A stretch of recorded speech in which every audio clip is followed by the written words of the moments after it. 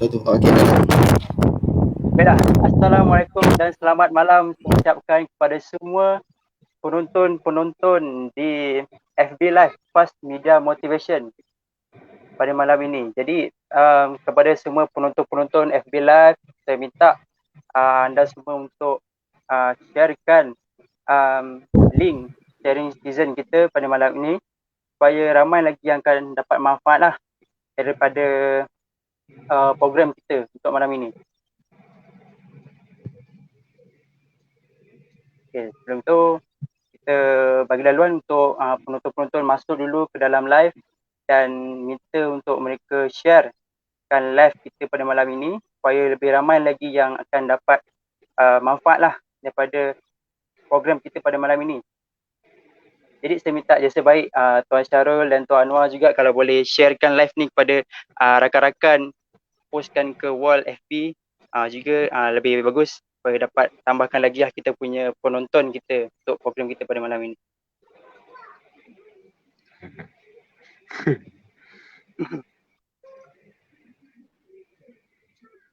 Jadi minta tolong share penonton-penonton yang baru masuk, selamat datang saya ucapkan. Minta tolong sharekan lagi sebanyak mana yang boleh untuk kita sama-sama dapatkan ilmu yang ilmu yang penting untuk kita, terutama sekali yang bakal menempuhi alam pekerjaan. Kalau kita tak program kita pada malam ini, dia agak rugilah. Satu kerugian yang besar lah buat diri kita sendiri. Okay, dia minta untuk masuk dulu, share. Okay, baiklah. Bismillahirrahmanirrahim. Assalamualaikum warahmatullahi wabarakatuh. Alhamdulillahirrabbilalamin. Wassalatu wassalamu ala ashrafil anbiya'i wa mursalin wa ala alihi wa sahbihi ajma'in. Selawat dan salam ke atas junjungan besar baginda Rasulullah sallallahu alaihi wasallam, kaum kerabat baginda, sahabat-sahabat baginda yang telah lama meninggalkan kita. Jadi sebelum kita memulakan program kita pada malam ini, saya ingin memperkenalkan panel-panel hebat kita pada malam ini. Yang pertama, saya ingin memperkenalkan Tuan Ahmad Saidi. Okay, Tuan betul Tuan ya? Tuan Ahmad Saidi selaku pengurus kes Pertubuhan Keselamatan Sosial. Jadi Tuan, apa khabar Tuan? Sihat? Macam mana perasaan Tuan? Apakah perasaan Tuan dapat join program kita pada malam ini? Sikit kata-kata Tuan. Bismillahirrahmanirrahim. Assalamualaikum warahmatullahi wabarakatuh. Alhamdulillah sekarang ni saya berada dalam keadaan sihat sejahtera dan perasaan saya pada ketika ini semestinya lah saya berasa teruja kerana dijemput dalam program Bual Bicara malam ni, dan dalam masa yang sama juga saya gemetar lah, nervous sebab untuk menyampaikan perkara-perkara yang bakal dibincangkan memang nervous lah, tapi insyaAllah saya akan cuba buat yang terbaik pada malam ni. Baiklah, terima kasih Tuan Ahmad Saidi.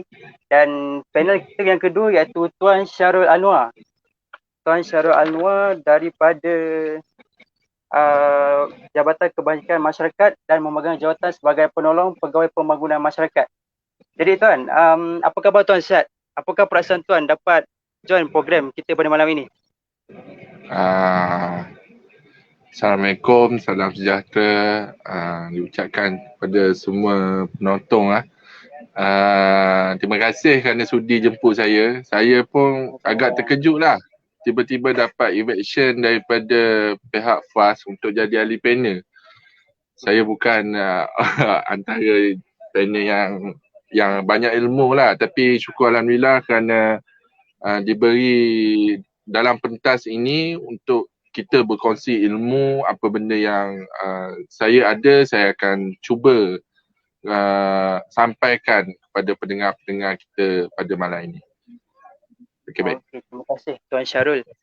Jadi kita dah kenal penceramah kita pada malam ini dan Alhamdulillah kedua-dua penceramah kita memberi maklum balas yang positif ya. Semuanya berada dalam keadaan yang baik, rasa teruja dijemput untuk berkongsi tentang kepakaran masing-masing dalam jabatan mereka masing-masing. Jadi Tadi sewaktu sebelum kita live lah sempat juga saya berborak dengan Tuan Ahmad dan Tuan Syarul. Rupanya mereka sebenarnya alumni Kolej Unity Islam Melaka. Betul Tuan Jadi Betul. kita sebagai, saya sendirilah sebagai pelajar dan khususnya pelajar Kolej Universiti Islam Melaka, rasa bangga lah sebab ada, boleh kira macam abang lah. Abang senior keluaran daripada Kolej Universiti Islam Melaka yang dah berjaya dengan kerjaya masing-masing. Dan juga tak silap saya, Tuan Ahmad dan Tuan Syarul ni kira macam satu batch. Kira dalam tahun yang sama lah, kira macam pernah berjumpa lah di KUIM tu. Jadi kita kira macam sambil kita berforum, sambil kita berunion. Macam tu lah. Dan saya yakin penonton-penonton di FB Live ni adanya di kalangan rakan-rakan Tuan Ahmad dan Tuan Syarul juga. Jadi itulah, sama-sama kita memeriahkan kita punya majlis kita pada malam ini, insyaAllah, amin. Jadi kita dah pun kenal kita punya penceramah. Sebelum saya nak pergi ke lebih jauh lagi lah, kita di Majlis Ilmu ni ibarat pada dalam sebuah nakoda. Nakoda yang sedang berlayar di tengah lautan. Jadi sebelum kita berlayar ke lebih jauh, ke destinasi yang lebih jauh, saya ingin menerangkan serba sedikit lah apa itu JKM dan apa itu Perkeso. Jadi sebelum saya nak menerangkan ni, saya nak minta maaf lah kalau jika ada kesilapan fakta yang saya nak terangkan ini. Jadi untuk JKM, JKM merupakan singkatan untuk Jabatan Kebajikan Masyarakat, dan JKM ditubuhkan pada tahun 1946 dan tujuan untuk menjaga kebajikan mereka yang memerlukan, berlandaskan 5 teras utama, iaitu perlindungan, pemulihan, pencegahan, pembangunan dan pengintegrasian. Itu untuk JKM. Jadi saya nak menerangkan sedikit apa itu Perkeso dan tujuan Perkeso ini ditubuhkan lah. Jadi tujuan Perkeso pula ditubuhkan untuk memberi bantuan, perubatan, kewangan kepada pekerja yang mengalami kekurangan, keupayaan atau tidak upaya disebabkan oleh penyakit ataupun kemalangan. Jadi secara khususnya Perkeso ini ditubuhkan pada tanggal 1 Oktober 1971. Jadi maafkan saya kalau terdapat kesilapan terhadap apa yang saya sampaikan tadi. Jadi itulah serba sedikit tentang apa itu JKM dan apa itu Perkeso. Jadi selepas saya menerangkan apa itu JKM dan apa itu Perkeso, saya dapati bahawa kedua-dua agensi ini sebenarnya saling memerlukan ataupun berkaitlah antara satu sama lain dalam menyelesaikan satu solusi. Jadi saya juga yakin penonton-penonton semua tertanya-tanya, apakah solusi yang dapat diselesaikan melalui intervensi di antara Perkeso dan juga JKM itu. Jadi untuk kita tahu persoalan yang menjadi tanda tanya di kepala fikiran kita, sebelum ni saya pergi pada soalan yang pertama lah. Dan soalan pertama ni saya nak tujukan kepada Tuan Syarul Anwar Adenan dari Jabatan Kebajikan Masyarakat. Jadi Tuan, saya nak tanya satu soalan, boleh Tuan? Ya, baik-baik. Okey Tuan, seperti yang kita tahulah, pada awal bulan 3 lalu negara kita dikejutkan dengan Perintah Kawalan Pergerakan, yang di mana Perintah Kawalan Pergerakan ini disebabkan oleh serangan wabak pandemik COVID-19 yang telah serang negara kita, malah satu dunia Tuan. Jadi disebabkan Perintah Kawalan Pergerakan ini, ramai di antara pekerja yang kehilangan pekerjaan dan semestinya mereka memerlukan bantuan kerana ketiadaan pekerjaan disebabkan oleh isu COVID-19 itulah. Jadi Tuan, soalan ni Tuan, kebiasaan ni Tuan, siapa yang mulakan inisiatif bantuan ni? Dan apakah prosedur yang betul bagi pekerja yang memerlukan bantuan kerana ketiadaan pekerjaan oleh sebab isu wabak COVID-19, dan apa kelayakan yang diperlukan Tuan? InsyaAllah Tuan, dipersilakan. Okey, bismillahirrahmanirrahim.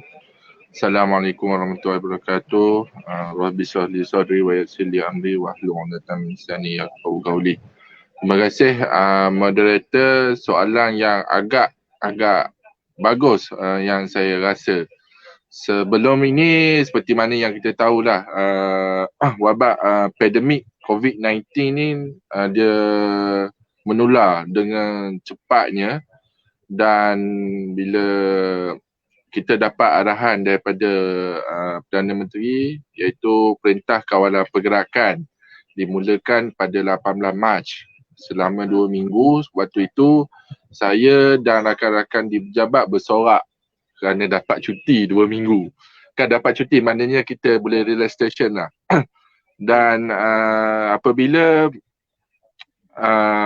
pejabat ditutup dan perintah kawalan pergerakan tu sendiri dijadikan sebagai wabak dan tertaluk di dalam NAKMA iaitu Majlis Keselamatan Negara MKN, di mana MKN 20 kita di Jabatan Kebajikan Masyarakat bertugas di pandemik ini. Jadi 18 hari bulan sampai 20 saya berehat kat rumah, dan 20 hari bulan dah start di bilik gerakan.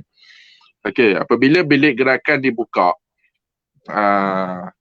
dan secara automatiknya kita di staf-staf JKM ni diarahkan bertugas di pusat kuarantin COVID-19. Adalah benda yang satu-satu sangat mencabar bagi pihak jabatan. Dan dari segi bantuan pula, saya cerita by detail sikit. Apabila bilik gerakan kami dibuka, dan di situlah pusat kawalan operasi bencana yang ditadbir oleh pejabat daerah masing-masing, yang dikotai banyak agensi, antara agensi-agensi yang terlibat dalam bencana atau wabak lah, atau lebih kepada MKM 20 dipanggil. Di situ kami terima aduan. Aduan di mana apabila perintah kawalan pergerakan dilaksanakan, mata pencarian mereka putus 100%. Okey.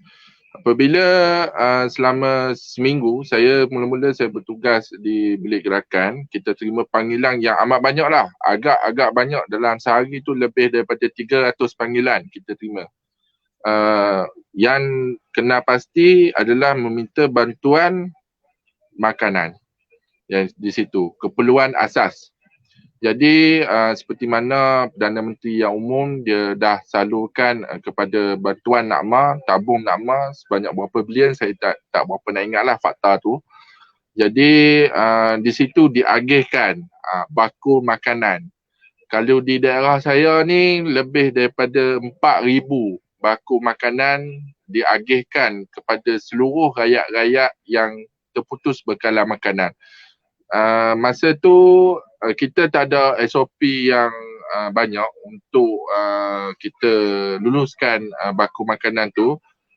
Di situ dinyatakan di mana-mana orang yang terputus bekalan makanan, kita perlu hantar segera bakul makanan. Kami dibantu oleh pihak rela dan di pihak JPAM untuk menguruskan bakul makanan ni seperti mana aduan hari-hari lah.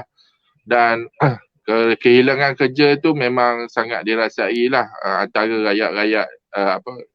Kami di JKM ni lebih famous mengenai rakyat atau masyarakat. Masyarakat yang putus bekalan makanan ni macam majoriti di daerah saya bertugas, majoriti yang bekerja adalah pemotong penoreh getah. Bila penoreh getah ni, bila mereka tak boleh nak kerja, ikan tak ada, apa semua, jadi dia akan berlaku satu krisis dalam rumah tu. Apabila anak-anak balik semua, mana doa asrama, dia akan serabut. Dan kita bukan sekadar menerima orang kata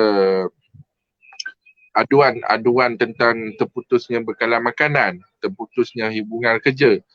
Kita ada juga talian kasih, di mana talian kasih tu beroperasi 24 hours 1599 oleh Kementerian Pembangunan Wanita dan Masyarakat. Di situ aduan dia lagi banyak. Sehari lebih kurang dalam 10,000 aduan lah satu Malaysia. Dan di situlah dia akan salurkan maklumat kepada kami untuk kami salurkan di Jabatan Kebajikan Masyarakat,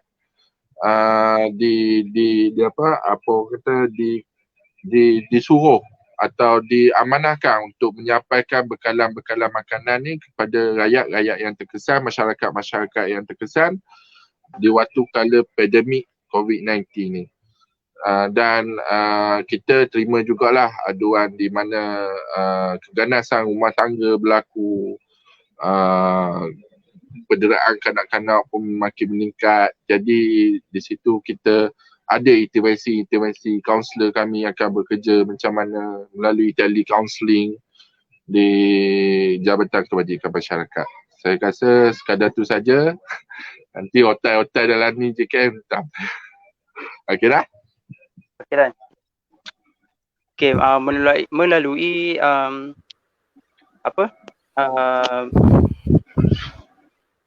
jawapan ataupun penerangan yang diberikan oleh Tuan Syarul tadi, kita dapat lihat yang sememangnya JKM ni banyak melakukan inisiatif bantuan ya kepada mereka yang kehilangan pekerjaan. Jadi untuk soalan yang seterusnya, saya ingin bertanya kepada Tuan Ahmad Saidi. Boleh Tuan kita pergi kepada soalan yang pertama? Okey Tuan. Boleh insya-Allah. Tuan jelaskan Tuan apa maksud intervensi dalam konteks perkeso dan bagaimanakah intervensi yang kebiasaannya perkeso tawarkan untuk pekerja yang mengalami kecacatan kekal sebagai solusi mereka dalam meneruskan kehidupan. Mohon penjelasan Tuan. Okey, bismillahirrahmanirrahim. Assalamualaikum warahmatullahi wabarakatuh dan selamat petang. Okey, terima kasih diucapkan kepada saudara moderator Encik Muhammad Afiq.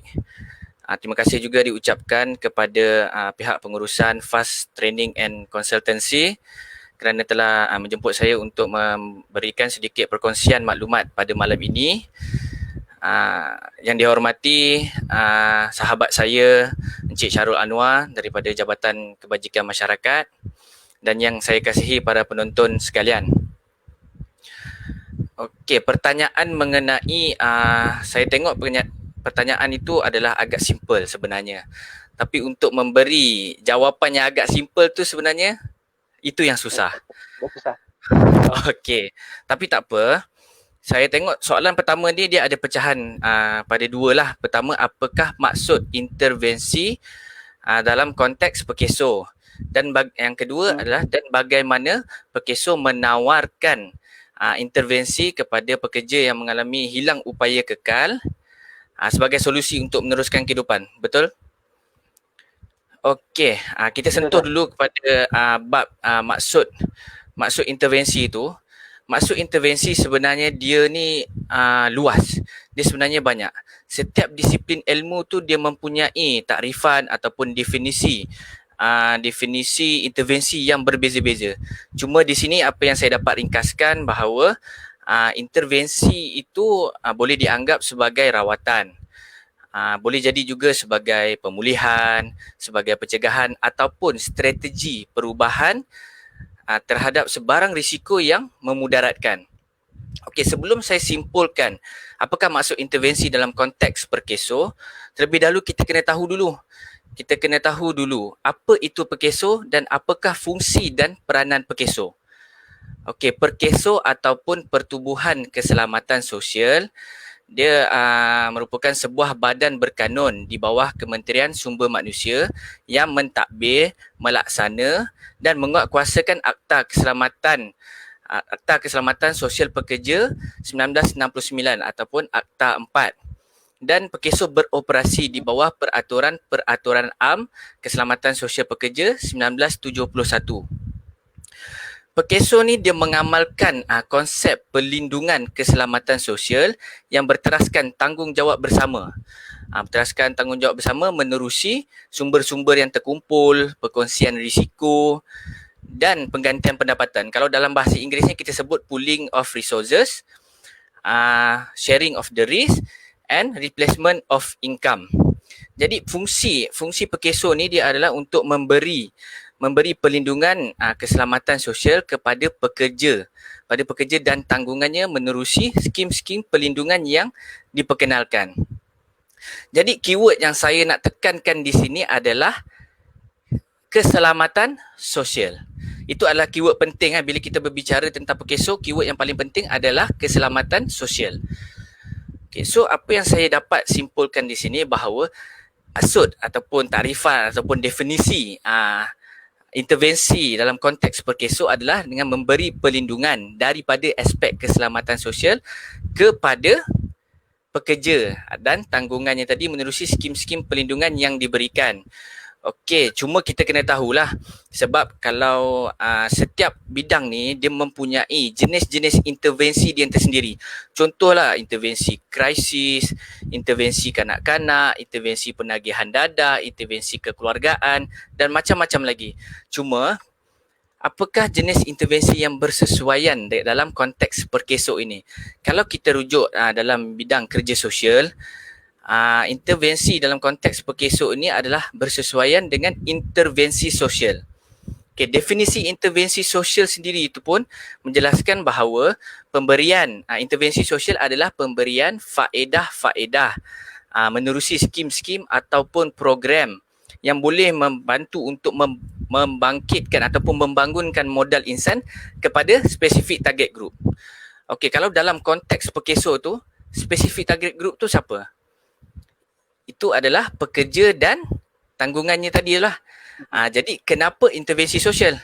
Okey, apa-apa saja perkara yang berlaku yang melibatkan aspek kebajikan sosial, yang melibatkan aspek jaringan keselamatan dan keselamatan sosial, maka intervensi sosial lah yang paling bertepatan untuk diimplementasikan. Itulah tambahan pula kalau dekat Malaysia ni perkesok dikenali sebagai peneraju keselamatan sosial di perkesok. Visi perkesok sendiri pun dah terangkan bahawa perkesok perlu sentiasa untuk menjadi peneraju keselamatan sosial yang unggul, dinamik dan cemerlang. Kami juga sebagai kaki tangan perkesok, kalau ada orang tanya dengan kami, siapakah anda? Kami akan jawab bahawa kami ialah pengamal keselamatan sosial di Malaysia.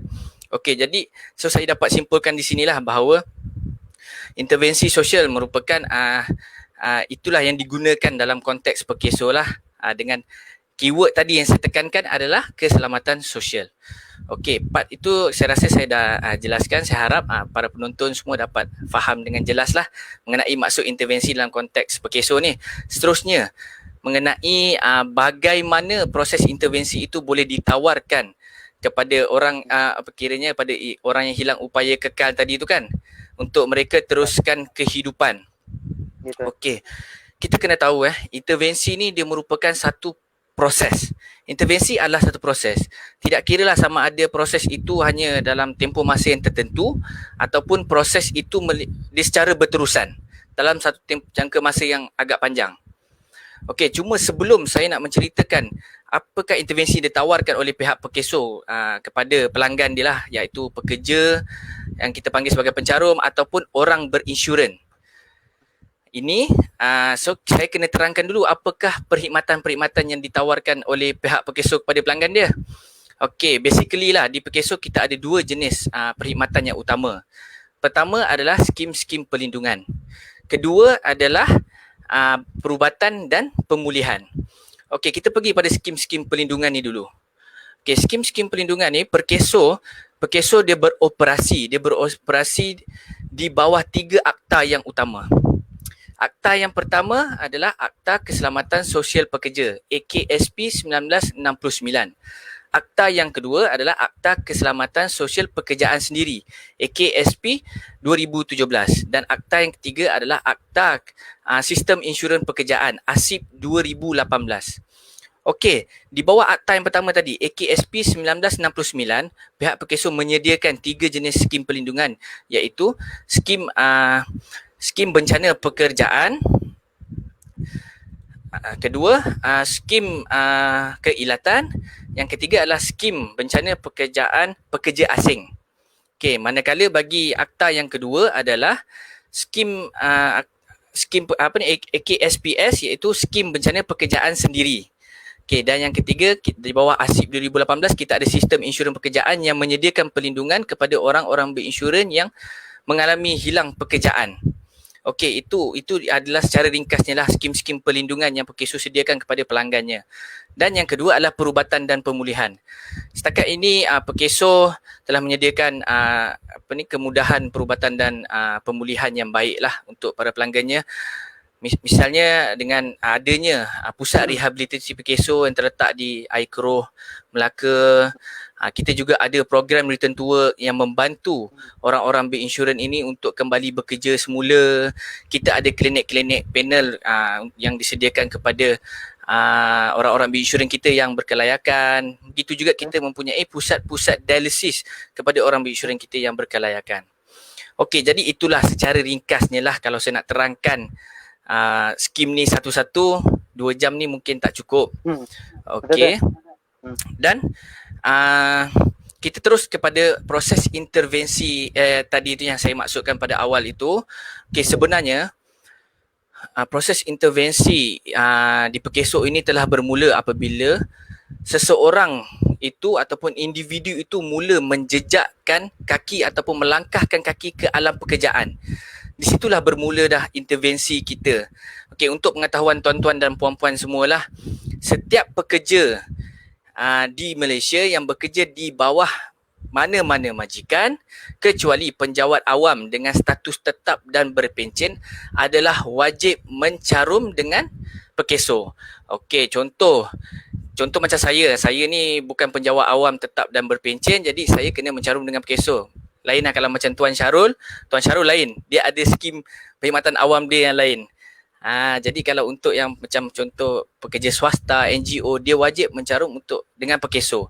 Jadi di situ sudah bermula dah. Apabila pekerja itu mula melangkahkan kaki ke dalam pekerjaan dan mencarum, maka di situ sudah adanya perlindungan keselamatan yang disediakan oleh pihak Pekeso. Dan kita pun ada trademark di Pekeso bahawa Pekeso memayungi anda. Tetapi kena ingat, memang Pekeso memayungi anda. Cumanya dengan terma dan syarat lah, tertakluk pada terma dan syarat. Jangan kita dengar Pekeso memayungi anda, anak demam besok, anak sesama, anak cerit-berit pergi Pekeso.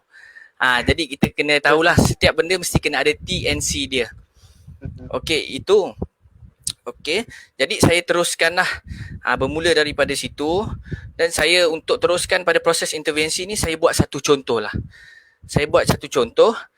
Encik Ali,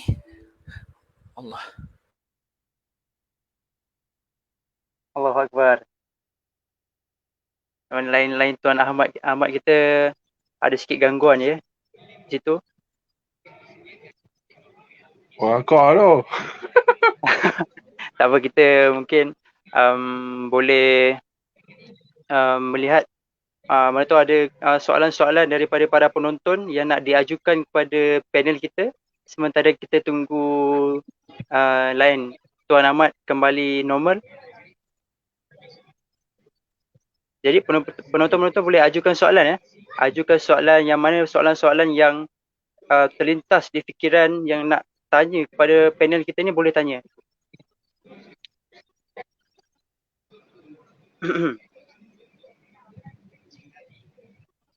Nampaknya Tuan Ahmad terpaksa meninggalkan kita buat sementara waktu. Jadi tak apa, kita teruskan kepada soalan kepada Tuan Syarul, boleh Tuan? Sementara kita menunggu Tuan Boleh.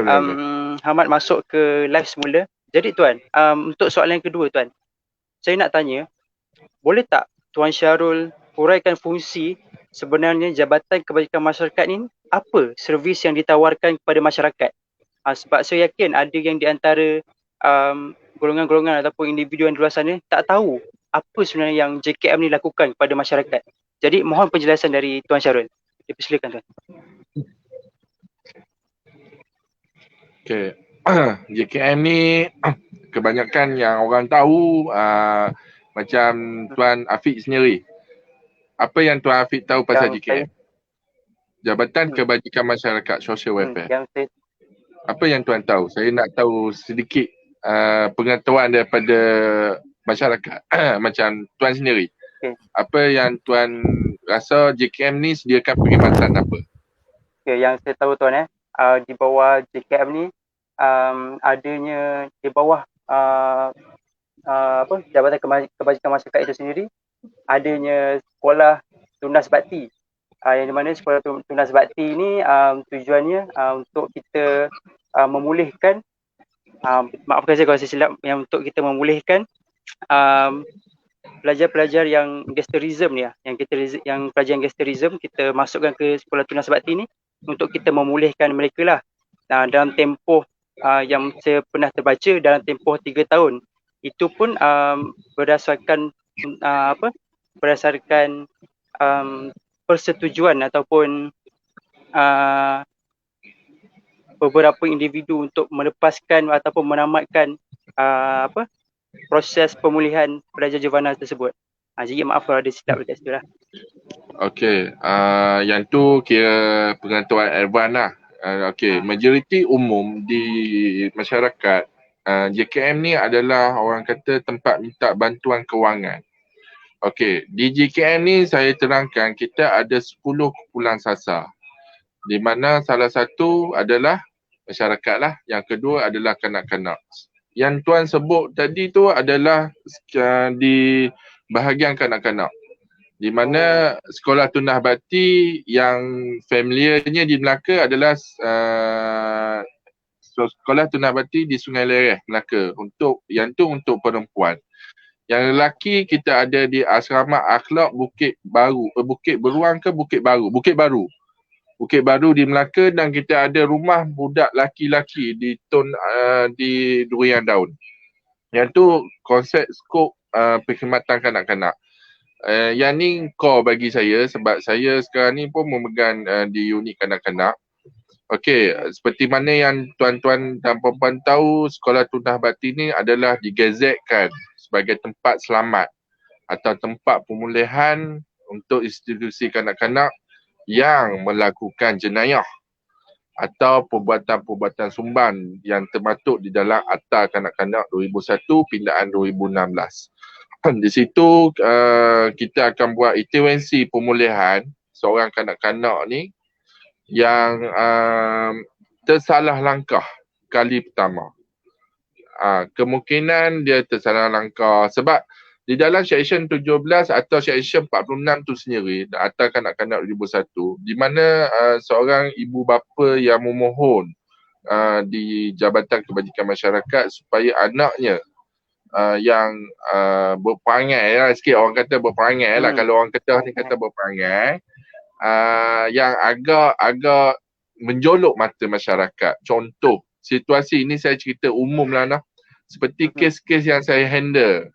Sebelumnya mengandung hamil wanita, sebelumnya terjadi sesuatu, kebanyakan remaja perempuan ni yang seperti mana yang kita tahu, dia suka boyfriend.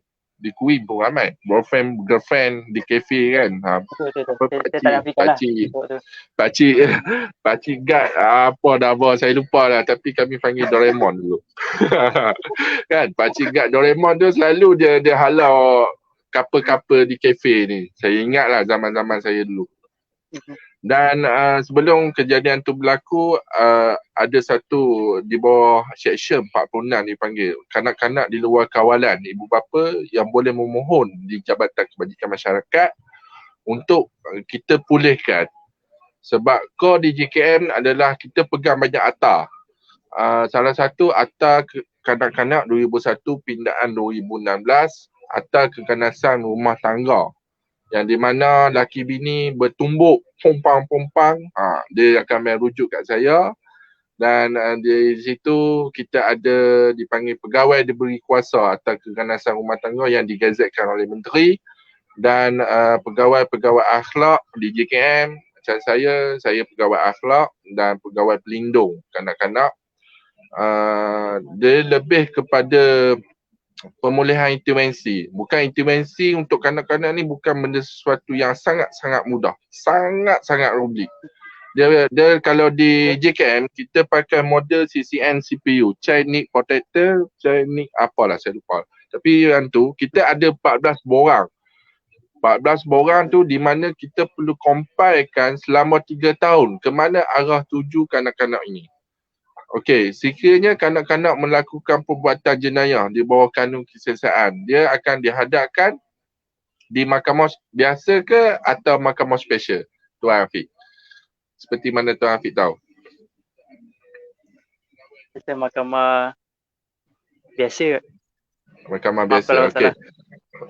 Okey, saya betulkan. untuk kanak-kanak dia panggil mahkamah bagi kanak-kanak yang mana orang awam tidak boleh masuk. Seperti mana yang kita tahu kes yang famous 2018 ke 2019 yang bakar Tafiz tu. Ingat tak? Oh, ingat tuan. Yang bakar Tafiz tu pelakunya adalah kanak-kanak bawah umur. Dan sekarang ni dia dijatuhi hukuman penjara sehingga kanak-kanak itu diberi pengampunan oleh Sultan. Okey, sekarang ni kanak-kanak tu berada di Sekolah Hari Geni Melaka lah. Dan Sekolah Hari Geni ni adalah di bawah kelolaan penjara, Jabatan Penjara Malaysia. Di situ saya pernah masuk lah 2-3 kali untuk lawatan. Dia berbeza dengan JKM. Konsep mereka mendisiplinkan manusia ni lain. Sebab mungkin untuk kes-kes Hari Geni adalah kes yang berlaku melebihi 2 kali ke 3 kali melakukan kesalahan jenayah di mahkamah bagi kanak-kanak. Mahkamah bagi kanak-kanak ni dia bersidang dalam mahkamah yang tertutup, di mana semua orang tak boleh masuk kecuali orang-orang yang dibenarkan sahaja di dalam akta kanak-kanak. Okey. Seperti mana mungkin Tuan Nafiq pernah sampai ke STB Sungai Lereh? Tak pernah lagi tuan. Tak pernah lagi. Nanti minta Cik Aina ke Puan Aisyah ke pergi minta boleh buat lawatan kat situ. Mungkin ada maklumat yang lebih jelas lah. Sebab di Melaka ni kita ada 4 institusi di bawah JKM. Iaitu Sekolah Tunabakti Sungai Lereh, Asrama Akhlak Bukit Baru, Rumah Budak Laki-laki Durian Daun dan Rumah Perlindungan keempat di Tanjung Keling. Itu. Yang Rumah Perlindungan keempat Tanjung Keling ni adalah rumah perlindungan untuk orang-orang yang diperdagangkan. Masuk diperdagangkan lah, dia panggil Atik Som di situ. Di bawah atas Atik Som, anti memperdagangkan orang dipanggil. Di mana dijanjikan Malaysia kebanyakan warga asing lah. Warga asing dan kanak-kanak daripada Sabah kebanyakan di situ. Sebab kita di rumah perlindungan ni kita ada 4. Salah satu ada di Melaka. Rumah perlindungan pertama adalah di Johor, di Kempas. Iaitu rumah perlindungan pertama adalah rumah untuk kanak-kanak lelaki yang diperdagangkan. Rumah perlindungan kedua ada di Rembau, rumah perlindungan kanak-kanak perempuan yang didagangkan. Rumah yang ketiga adalah rumah perlindungan di Ceras. Yang ni ramai GRO untuk wanita-wanita dewasa. Dan rumah perlindungan keempat adalah di Tanjung Keling, dekat Pantai Puteri tu. Yang ni untuk masa-masa perdagangan untuk lelaki dewasa. Yang ni semua di bawah kelolaan JKM yang dihantar oleh Kementerian Dalam Negeri lah yang tu. Jadi kita kumpulkan JKM ni di mana khidmat dia lahirnya seorang manusia sehingga matinya seorang manusia. Semua di dalam konsep JKM, Jabatan Kebajikan Masyarakat. Sebab kita ada Wargemas, Rumah Seri Kenangan Cheng. Kita ada. Satu lagi 5 di Melaka. Sangat-sangat banyak di Melaka. Kita ada OKU yang berdaftar di bawah JKM, iaitu di mana seperti mana yang kita tahu, kita ada pusat pemulihan dalam komuniti. Kita ada pusat latihan perindustrian di Bangi, di mana pusat itu sendiri yang melatih OKU daripada tak reti apa. Budak tu dah terlentar, tak reti apa, main-main monyo, nak makan nasi pun tak reti nak suap. Di situlah pemulihan dilakukan. Intervensi untuk OKU yang tak reti apa-apa sampai dia boleh berdikari. Maksud saya berdikari ni adalah basuh berak sendiri, basuh kencing sendiri, makan sendiri, boleh mandi, boleh uruskan diri. Dan di situ, selepasnya boleh ke situ, barulah depa-depa ni kanak-kanak OKU ni diterima bersekolah di sekolah khas yang itu. Sama juga di Pusat Latihan Perhentian Bangi, PLPP dipanggil. PLPP di Bangi ni adalah dia banyak kos kat sana, kos komputer, kos mereka fashion, di mana di situ kemasukannya adalah OKU fizikal yang dimasukkan ke situ untuk kita latih dan untuk dia ni lebih kepada orang kata berdikari untuk mencari kerja. Dan dalam masa yang sama di Jabatan Kebajikan Masyarakat juga menyediakan bantuan kewangan, contohnya bantuan kanak-kanak yang Perdana Menteri yang Menteri Kewangan umumkan bahawa ni ada kenaikan, bantuan warga emas, seperti bantuan orang tua kita panggil di JKM yang ada kenaikan, bantuan untuk APC. APC ni allowance pekerja cacat, di mana mana-mana pemegang kad OKU yang berdaftar di bawah JKM yang berumur 16 tahun ke atas dan bekerja layak untuk memohon bantuan allowance pekerja cacat dengan gaji tidak melebihi 1,200 sebulan. Itu capai standard gaji minimum lah. Kan? Ada di tempat saya tu dia ni OKU mentor. Dia OKU mentor. Dia main jumpa, kalau dia main pejabat dia cari saya. Cik Syarul mana Cik Syarul? Dia akan minta saya RM3 4 kupang. Saya kata RM3 4 kupang tu teh ais sebungkus dengan rokok dahir sebatang dia nak beli. Dia akan main jumpa saya sebulan sekali lah. Dia akan main tanya duit dia atau masuk dah. Pekerjaan dia adalah kutik ting. Kutik ting. Pendapatan dia tidak menentu. Jadi secara automatiknya dia dah bekerja dan layak untuk menerima allowance pekerja cacat di situ. Untuk bantuan warga emas yang baru ni diviralkan, mana-mana warga emas boleh memohon di Jabatan Kebajikan Masyarakat untuk bantuan tu. Sebenarnya benda tu palsu. Sahabat tuan-tuan. Sebab benda ni palsu disebabkan kita ada PJK, Paras Garis Kemiskinan yang perlu kita ikut dan prosedur-prosedur yang lain. Seperti mana kita akan kaji, pekerja kes akan kaji semua daripada aspek.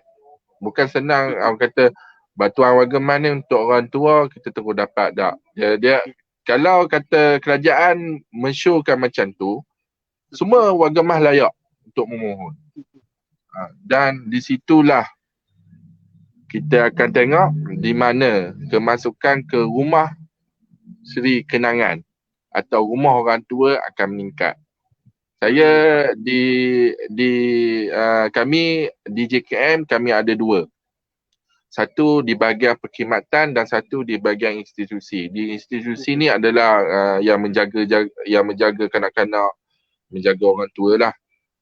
Dia banyak kisah berlaku di rumah orang tua ni, agak-agak sedih lah. Kita kutip bawah jambatan, di mana kesedarannya. Sebab kalau kata kita bagi bantuan kepada semua warga emas, dia akan tanggungjawab kita sebagai anak akan hilang. Faham tak maksud saya? Faham. Dia akan hilang. 100% dia akan hilang. Pasal apa? Pasal mak tak apa, mak terima dah duit 500 sebulan, kita nak risau buat apa lah. Kan? Mereka boleh beli makan dah. Tak ada. Yang tu kita nak tengok sebab ada cerita di Seri Kenangan Bidong. Dia untuk kemasukan ke rumah Seri Kenangan Bidong ni, dia perlu mewasiatkan harta dia ke lembaga pelawat. Itu salah satu syarat kita. Dan bila mak dia meninggal ni, anak dia bukan calang-calang orang. Yang dia main ni bukan untuk menutup mayat mak dia, tapi untuk menutup harta tu. Harta lah. Yang tu. Dia bergaduh lah sampai nak saman kami. Kami tak ada masalah sebab kami di institusi semua ada white and black lah. Dan benda tu berlaku pada masyarakat zaman sekarang. Jadi kesedaran tu kurang lah kita tengok pada masa sekarang dan mengharapkan bantuan ni salah satu inisiatif masyarakat sekarang ni. Dan kita di JKM, bantuan ni bukan untuk selama-lamanya. Sebab tu apabila kita potong bantuan, viral bantuan JKM potong, tak nampak ke orang susah ni kan, ni nak makan pun tak ada. Kita tak potong. Di JKM ni kalau senior-senior saya yang ada tengok ni, macam saya tengok dalam live ni, Tuan Daniel ada, penolong pegawai di KMP Kuala Pilah. Dia antara pegawai yang famous lah di JKM sebab dia punya laporan satu Malaysia minta untuk perbebasan penghuni di Hari Geni. Ilmu dia banyak. Kalau nak invite lepas ni boleh lah Tuan Daniel. Jadi seperti mana yang kita tengok di media sosial, kalau nak mati kena mati sebelum 15 hari bulan. Sebab apa? Kalau penerima bantuan JKM akan pergi minta balik duit tu. Yang tu bukan kami saja-saja minta. Yang tu dah terletak dalam garis panduan. Sebelum kita hantar surat pun kita dah maklumkan sekiranya ada penerima bantuan yang meninggal, dia akan dikutip balik duit tu sebab dia meninggal, contoh dia meninggal bulan 6. Kita dah masuk duit tu bulan 7. Jadi dia kena bayar balik lah, dia kena pulangkan lah. Dan ramai yang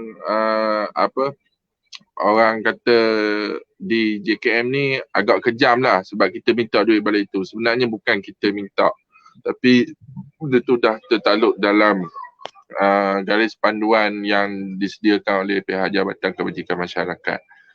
Kita sebenarnya intervensi ni untuk orang kata di JKM begitu banyak lah. JKM ni kalau umum memang orang tahu sekolah Tengah Bati je lah untuk perempuan. Sebenarnya kanak-kanak hamil pun ramai, bawah umur. Kanak-kanak hamil kita tempatkan di Taman Sri Puteri Batu Gajah, Perak dan Ceras yang di situ. Jadi saya rasa setakat tu dulu, nanti kita sembang lagi. Baik, insyaAllah boleh. Jadi sungguh jelas dan padat sedikit penerangan tentang apa sebenarnya fungsi JKM ni kepada masyarakat. Sebab yalah, saya yakin dan pasti ada yang di antara kita yang tahu adanya JKM tapi tak tahu apa sebenarnya fungsi atau peranan yang JKM ni lakukan. Macam contoh tadi Tuan Syarul ada mention berkenaan makan kanak-kanak. Kalau Tuan Syarul tak jelaskan tadi, saya tak tahu yang sebenarnya wujudnya makan kanak-kanak ni di Malaysia. Jadi itulah sedikit penjelasan yang diberikan oleh Tuan Syarul. Jadi kita kembali semula kepada panel kita yang pertama, iaitu Tuan Ahmad. Sebabkan tadi ada sedikit gangguan lain. Saya nak tak pun Tuan Ahmad bersama kita. Boleh tak?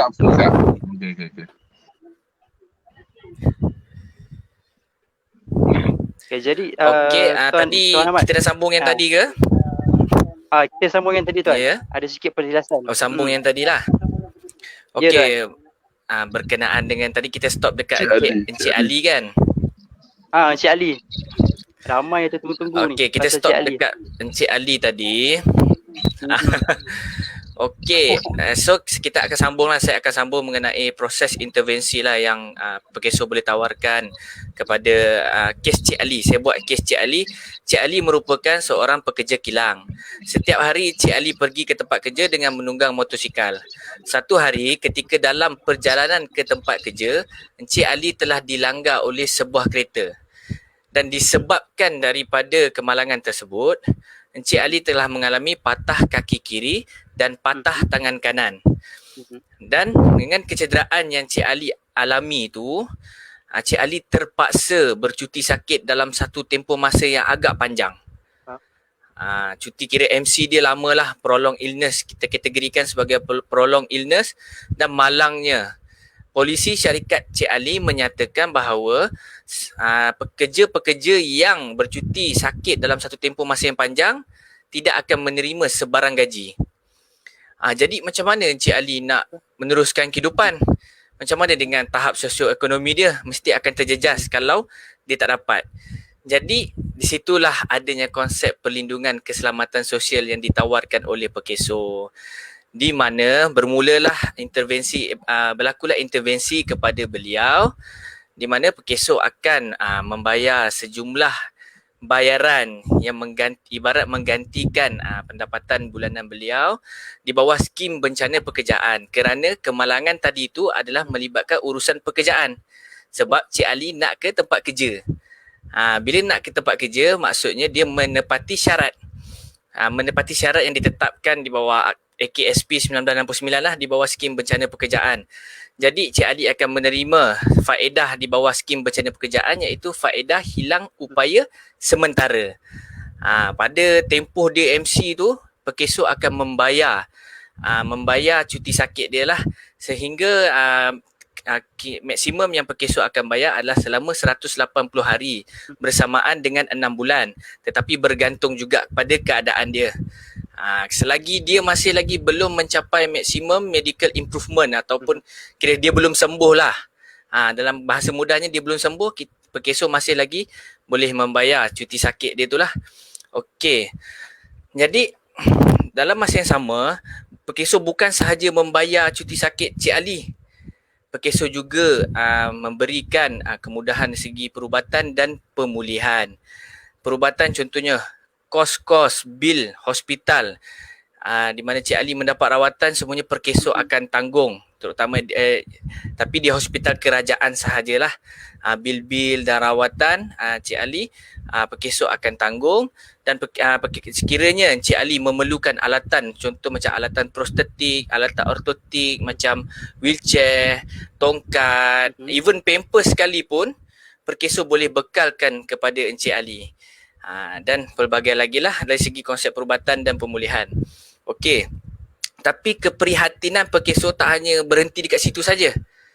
Ingat kita bagi ibarat bagi dia duit yang menggantikan gaji dia tu, duit cuti sakit dia tu, ingat habis macam tu je. Tak, Perkeso tidak akan biar Encik Ali duduk saja je sepanjang tempoh cuti sakit dia. Contohnya dia bercuti sakit dalam tempoh 9 bulan. Kita tak akan bagi dia duduk saja je. Perkeso akan galakkan Encik Ali untuk menyertai program Return to Work Perkeso. Supaya beliau diberikan faedah pemulihan dari segi jasmani, rehabilitasi, untuk kita pastikan bahawa tahap kefungsian dan kekuatan fizikal Encik Ali ni kembali pulih lah. Dan akan dipantau oleh pengurus kes yang terlatih dan profesional. Okey, jadi sepanjang tempoh tu Cik Ali, macam saya cakap tadi, Cik Ali tak akan duduk saja. Maksudnya ada perkara yang kita boleh bantu, Perkeso boleh bantu untuk kita pastikan Cik Ali dapat sembuh dengan secepat mungkin. Okey, andai katalah kita pendekkan kes Cik Ali ni, Cik Ali dah sembuh, maksudnya rawatan dia dah tamat, cuti sakit dia pun dah tamat, dan dia pun dah mengikuti program Return to Work, dan dia kembali bekerja. Tapi ialah sebab dia dah kemalangan teruk kaki dan tangan dia dah patah, jadi dia terpaksa, dan bukan dia terpaksa lah, jadi selepas tu dia mengalami kecacatan kekal, di mana kaki kiri dia yang patah tu mengalami tempang. Jadi benda itu adalah seumur hidup.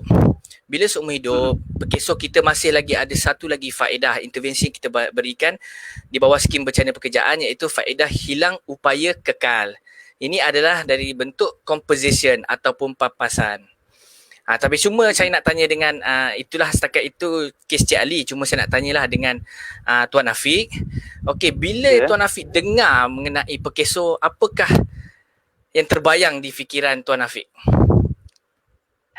Bila saya dengar mengenai Perkeso ni, pertama sekali yang terbayang dekat fikiran saya mestilah macam bantuan lah, kira macam jika kita mengalami macam Tuan cakap tadi, kecacatan kekal ke ataupun kemalangan.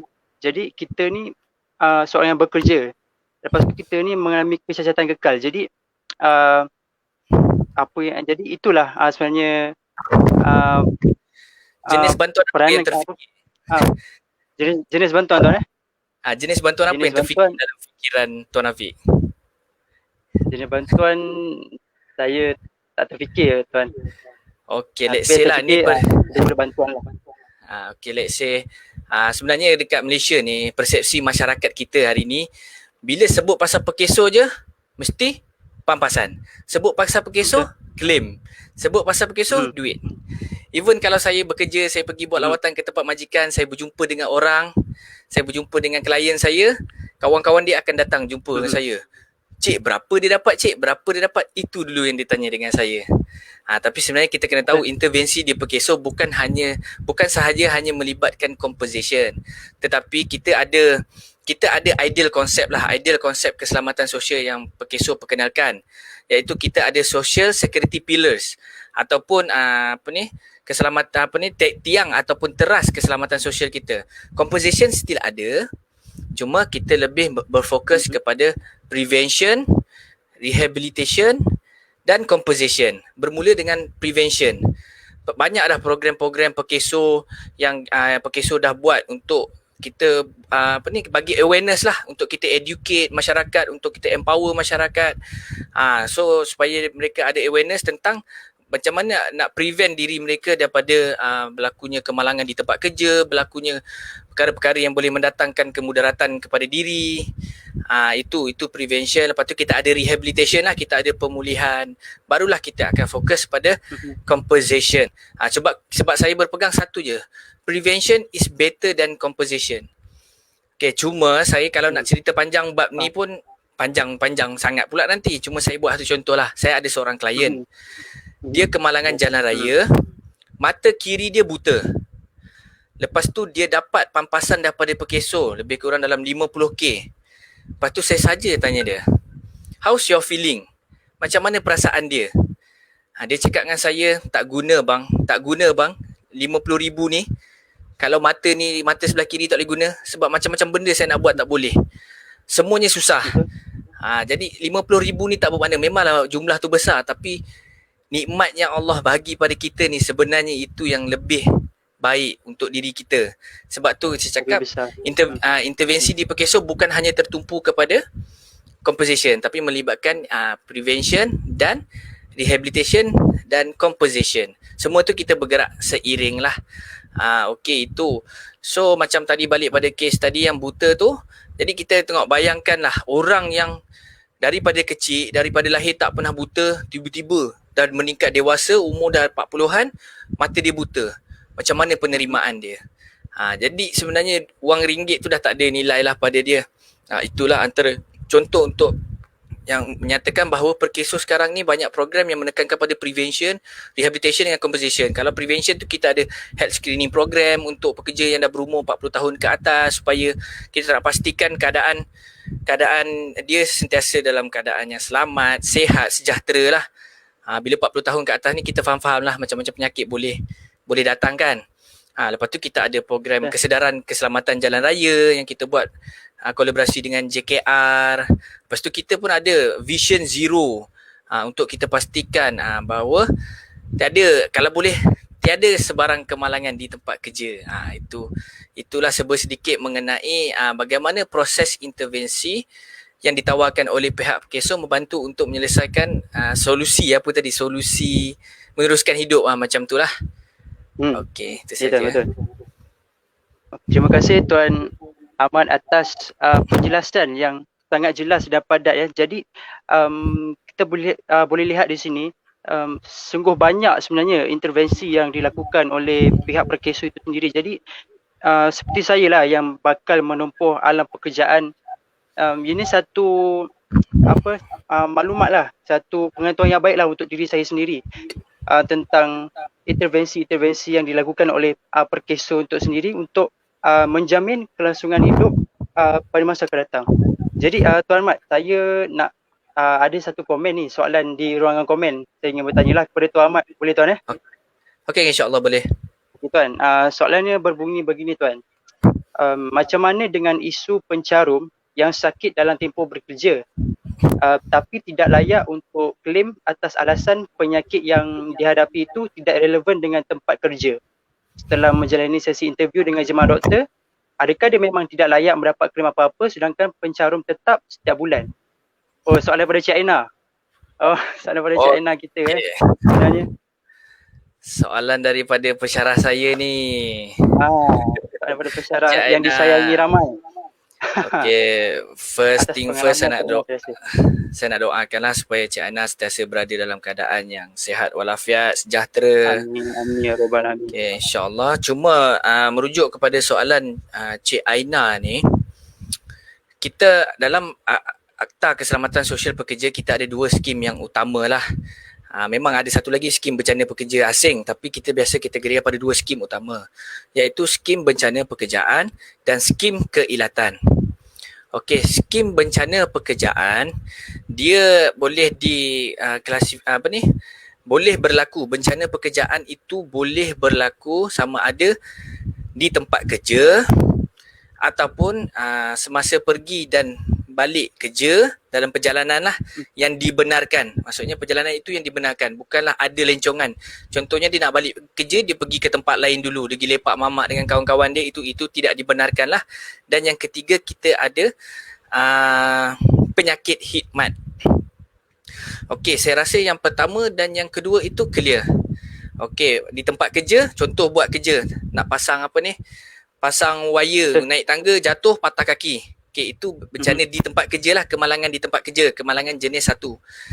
Jenis 2 ialah semasa dia naik motor, macam kes Cik Ali tadi tu. Naik motor orang langgar, so patah kaki juga. Itu kalau dia urusan kerja, dia nak pergi tempat kerja, dah ada bukti mengatakan dia nak pergi tempat kerja, maksudnya itu layak. Dan yang ketiga ni adalah penyakit khidmat. Penyakit khidmat ini dia adalah sejenis penyakit yang terbit yang terbit ataupun yang berlaku lah, bahasa mudahnya yang berlaku disebabkan pekerjaan yang dia buat tu. Okey, yang ini susah sedikit untuk kita klasifikasikan adakah itu penyakit khidmat ataupun tidak, sebab dia memerlukan siasatan yang terperinci, history pekerjaan, semua dia akan tengok. Okey, cumanya yang untuk penyakit khidmat ni saya boleh bagi contoh lah.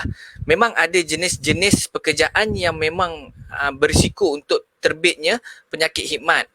Dan dalam AKSP pun kita ada jadual jenis-jenis penyakit khidmat yang boleh kita rujuk lah. Nanti kalau ada masa mungkin Cik Aina ataupun tuan-tuan dan perempuan boleh tengok dekat kita punya Akta Keselamatan Sosial Pekerja. Dia ada jadual 2 tak silap saya, ada menyatakan bahawa jenis-jenis penyakit khidmat. Tapi saya bagi contoh di sini, satu contoh orang yang bekerja di lapangan terbang, yang bekerja sebagai tak kira lah dia yang jenis pakai headphone juga tu, lepas tu yang buat macam tu, itu dia berisiko tinggi untuk mengalami masalah pendengaran, iaitu masalah pekak. Jadi itu antara contoh, sebab benda tu dia jadi disebabkan aktiviti pekerjaan dia sehari-harian. Sama juga dengan orang yang bekerja welder. Dia hari-hari dia welding besi. Sampaikan percikan api tu menyebabkan mata dia end up buta. Itu adalah kategori penyakit khidmat. Cumanya itu adalah segi bencana pekerjaan lah. Okey, kalau lagi satu, kita ada skim keilatan. Skim keilatan ini kita secara bahasa mudahnya, ilat ni adalah macam uzur lah, satu keadaan yang uzur.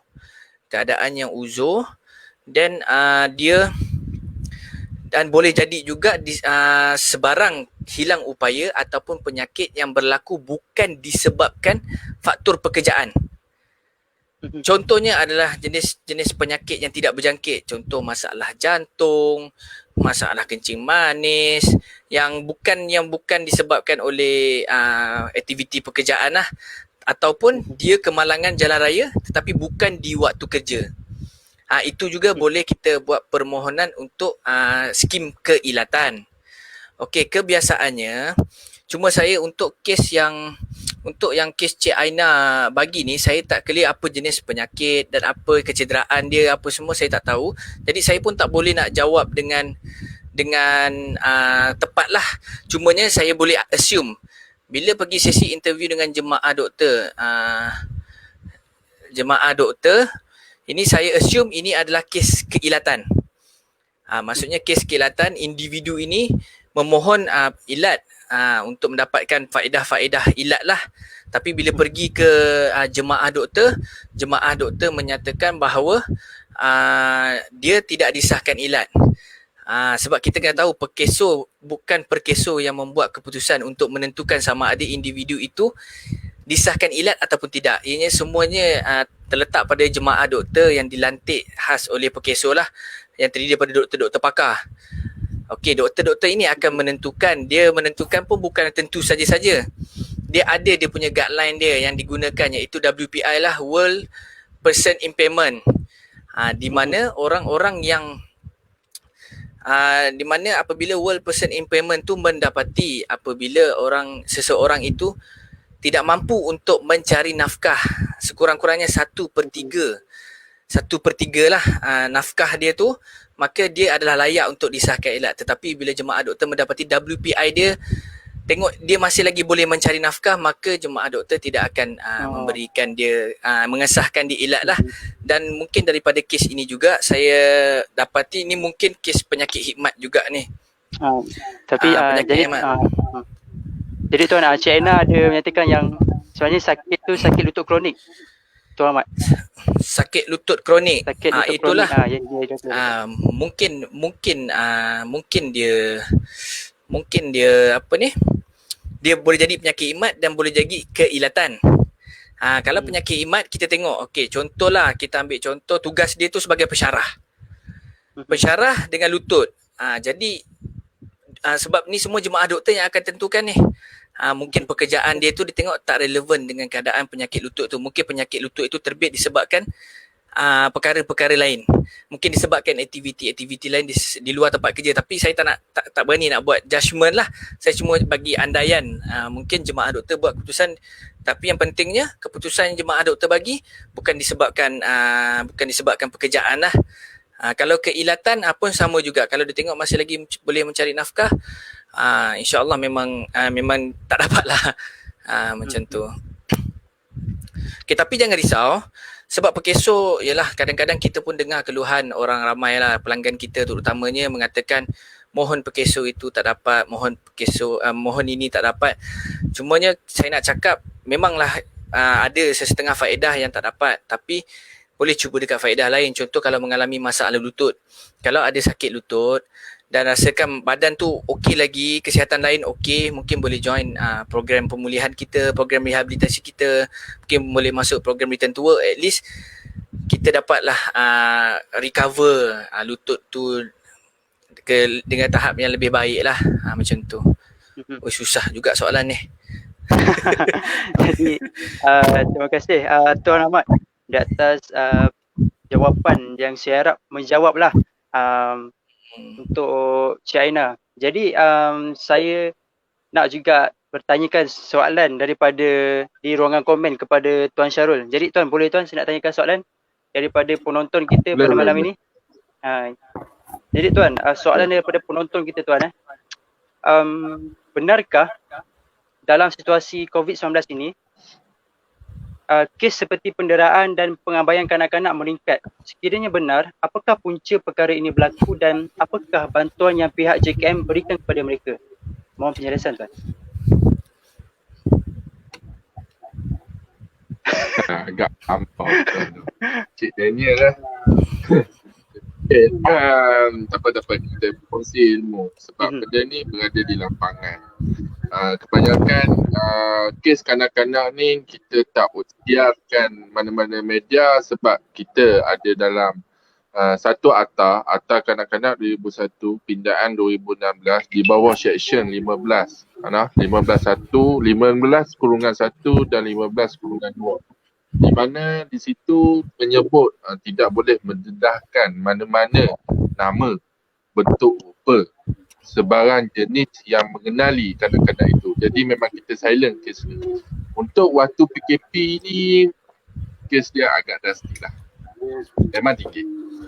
Saya di PKMD SEK, di Pejabat Kebajikan Masyarakat Daerah, pukul 12 malam pun ada lagi hospital call. Hospital call Cik Syarul, macam baru ni ada kes dera fizikal di mana kanak-kanak tu didera, diketuk kepalanya dengan sepanah hidup hingga berlubang sini dan dicelur besi panas di sekitar tangan dia ni sehingga melecur teruk lah. Kira melecur teruk, dia isi dia dah masak lah. Kira mau garam makan sikit agak teruk Tuan. Contoh kan. Dan hati Allah. kanak-kanak tu pecah. Bila pecah lah, dirajang oleh pelakunya adalah datuk dia. So pihak hospital malam tu pukul 12:30 malam. Saya baru nak landing masa tu. Dia call dia. Dia kata, Cik Syarul, as soon you go to hospital, I need you now. Saya kata, pasal apa doktor? Dia kata, budak ni tengah nazak. Kita perlukan sign pelindung untuk kita operation malam ni juga. Okay, saya kata, okay, saya underway. You go through prosedur apa benda yang perlu patut. You perlu buat, nanti saya pergi sign. And then saya pergi tengok tu, bila saya tengok anak tu berumur 4 tahun. 4 tahun. Dan dia tu sebaya dengan anak saya. Bila dia sebaya dengan anak saya, bila saya tengok budak tu, saya teringat anak saya kat rumah. Tu kerja pelindung. Pelindung ni adalah orang yang paling tak suka sekali. Sebab kerja dia ambil anak orang untuk diselamatkan. Itulah kerja saya. Saya ni dah kalih dah. Parang depan muka. Pernah dikejar oleh gangster. Dia ugup, bunuh, macam-macam lah. Yang tu makanan saya sebagai pekerja pelindung. Pelindung ni adalah dia dalam bahasa orang putihnya child protector yang digazetkan oleh menteri. Di mana kuasa pelindung ni sangat-sangat besar di dalam Seksyen 8. Okey. Setelah kes tu berlaku, apa benda yang kita buat adalah firstly kita kena selamatkan. Pelindung kena selamatkan kanak-kanak tu dan dibawa ke hospital. Bila dibawa ke hospital, kanak-kanak tu akan diberi treatment lah. Yang paling teruk yang tu kes saya sekarang ni, alhamdulillah budak tu dah diselamatkan, hati dia kena buang separuh. Saya tak boleh nak share gambar, sebenarnya ada gambar lah. Dan keputusan mahkamah, kita dakwa, datuk dia yang buat, polis dakwa, di bawah Seksyen 31/1/A, di mana peruntukan 20 tahun penjara dan 50,000 denda. Dan alhamdulillah kes itu menang dan membuatkan saya teruja lah. Orang kata bila kita dah kerja penat-penat ni, selamatkan, tanggung nyawa kita apa semua. Bila kes tu menang di mahkamah, alhamdulillah saya boleh tersenyum. Ayah Tok Wan dia kena 13 tahun penjara dan denda RM67,000. Dan yang tu kes penderaan fizikal yang kebanyakan berlaku JKN adalah haruan makan anak. Haruan makan anak ni cukup famous lah di JKM. Macam baru ni, waktu PKP, dia pengadu telah call talian kasih malam tu. Dan malam tu saya orang kata terlena awal, tertidur awal lah. Jadi saya tak error pun. Pagi esok saya tengok lebih kurang dalam 27 miss call daripada Putrajaya. Dan bila saya call balik, ada kes aduan yang agak-agak urgent nak kena selamatkan selepas 4 orang adik-beradik dirogol oleh ayah kandung dia sendiri. Cerita dah. Ni di tempat saya yang berlaku. Dan bila kita pergi ambil tu, ayah ni adalah seorang pesara tentera. Tahulah kahak dia lagu mana kan. Dia punya keras dia lagu mana. Saya nak pergi ambil anak dia 4 orang ni. Kan?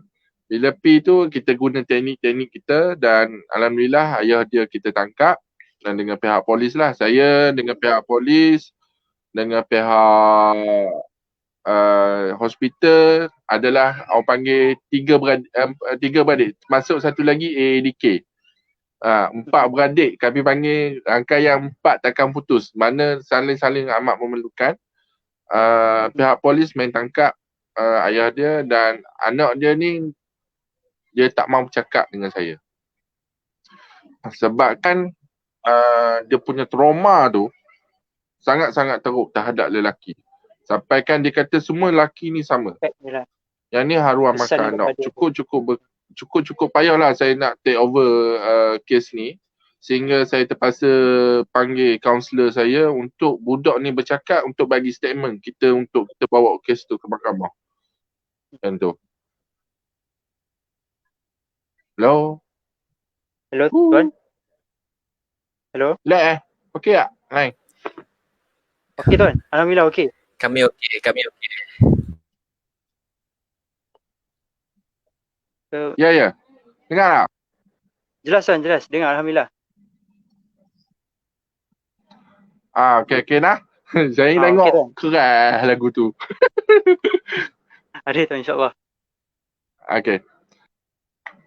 Selepas tu ayah dia kita dakwa dia bawa akta kanak-kanak dan dia bawa akta seksual kanak-kanak 2017 yang sangat-sangat terbaru. Akta tu saya study, agak-agak menarik hukuman dia. Memang syok lah dia, sebab setiap hukuman dia tu dia ada bersertakan rotan. Yang tu kita nak dengar lah. Dan akhirnya kanak-kanak tu kita tempatkan kepada mak saudara dia balik. Institusi kami adalah pilihan-pilihan yang paling terakhir. Kalau kata tak ada orang dah nak jaga budak ni, baru kita akan masukkan ke dalam institusi kita. Dan kalau boleh pembebasan berasaskan keluarga adalah sebaik-baik intervensi di dalam keluarga tu sendiri. Sebab di JKM kita mengamalkan intervensi keluarga lah. Yang salah sebabnya punca diri sendiri dan yang ni lah saya boleh habaq. Ni lah punca utama kanak-kanak jadi. Setuju. Serius, 100% saya boleh tengok. Kalau kes di tempat saya ada sedikit pelacuran. Saya selamatkan 2018. Sedikit pelacuran kanak-kanak berumur 15 tahun. Malam tu hanya berbekalkan dengan snack plate dan top up RM20. Boleh on. Top up tu untuk apa? Untuk handphone lah. Yang tu. Dan dia lacukan diri dia untuk yang tu semalam 5 kali round.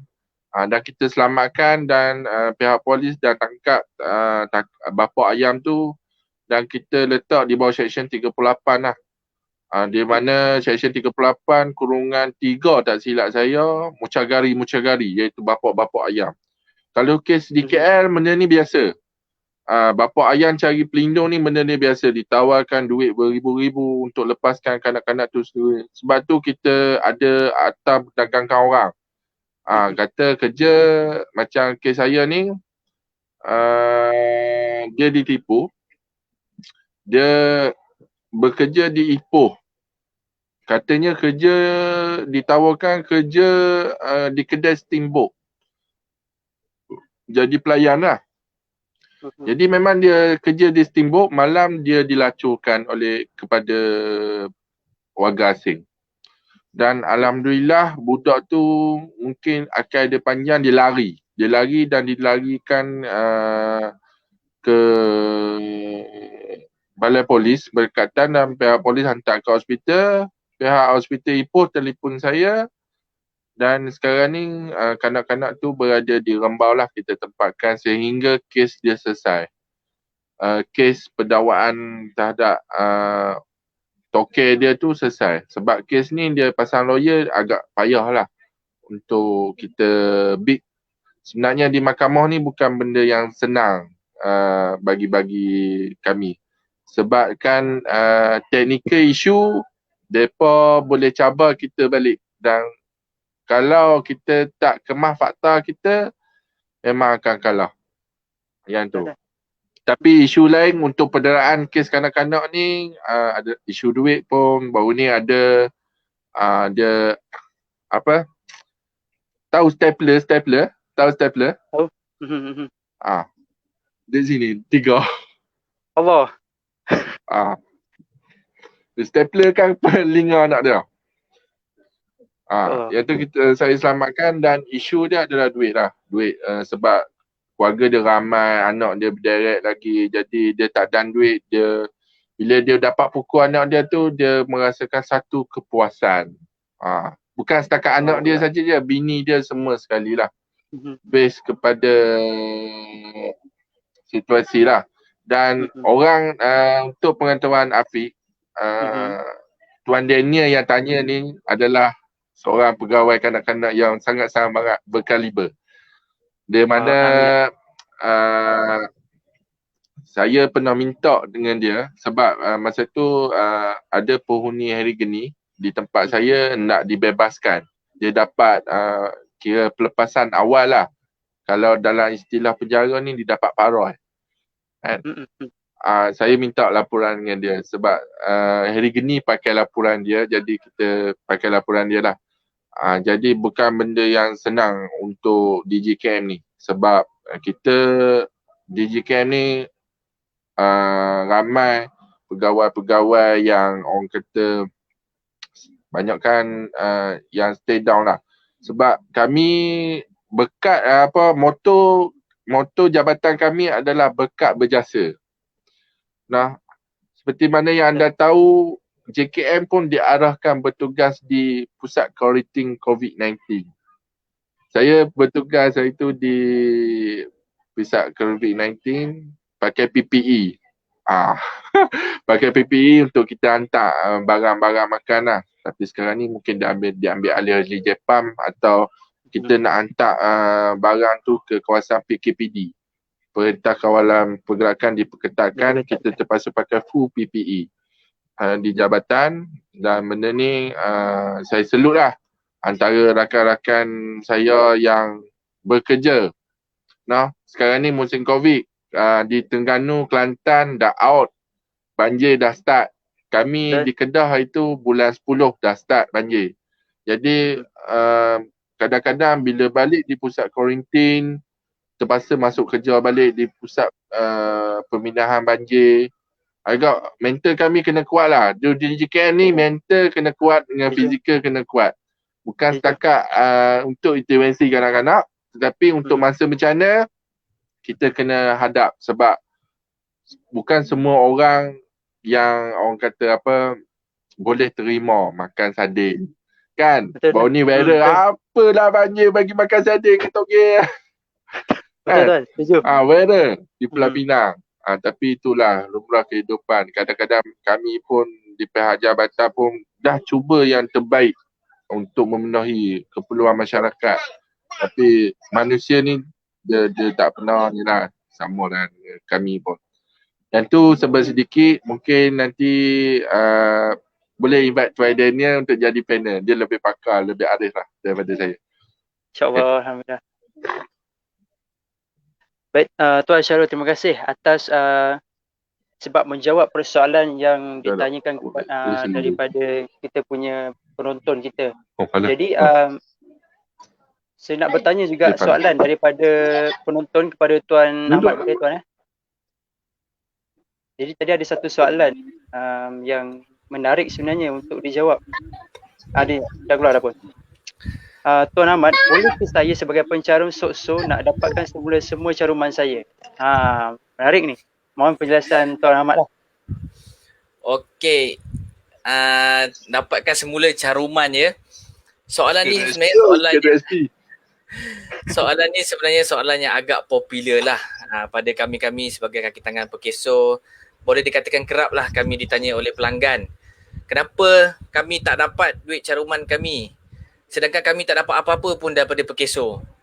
Kenapa dekat EPF nanti sampai satu masa bila kita dah pencen umur 55 kita boleh keluarkan duit EPF, kenapa dekat sok-sok kita tak boleh? Saya nak balik sebab itu duit saya, itu hak saya. Okey, tapi biasanya bila kita dengar macam ni kita tak melatah lah. Kita akan bagi penerangan baik-baik kepada mereka. Okey. Macam awal-awal tadi saya dah ada cakap bahawa Perkeso mengamalkan konsep perlindungan sosial yang berteraskan tanggungjawab bersama dari segi sumber terkumpul, perkongsian risiko dan penggantian pendapatan. Okey, pertama adalah pooling of resources. Okey, untuk pengetahuan tuan-tuan dan puan-puan semua, memang duit caruman Perkeso memang termaktub di dalam Akta Keselamatan Sosial Pekerja 1969. Memang duit caruman tidak akan dipulangkan kepada pemilik-pemiliknya lah kerana konsep tanggungjawab bersama tadi tu. Yang pertama adalah pooling of resources, sumber-sumber terkumpul. Duit-duit caruman yang ada yang dibayar oleh semua pekerja dalam Malaysia ini akan dikumpulkan di dalam satu tabung dan duit-duit itu akan digunakan secara, maksudnya perkongsian lah, yang saya sebutkan perkongsian risiko, di mana semua pekerja-pekerja yang ada di Malaysia ini mempunyai risiko untuk mengalami hilang upaya ataupun penyakit. Jadi contohnya lah, saya buat contoh, saya dengan Tuan Syarul. Saya ni mengalami hilang upaya. Tuan Syarul tidak mengalami hilang upaya.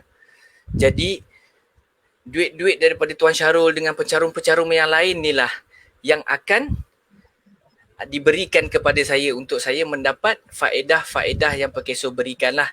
Contoh kalau macam contohnya saya kemalangan jalan raya, saya patah tangan.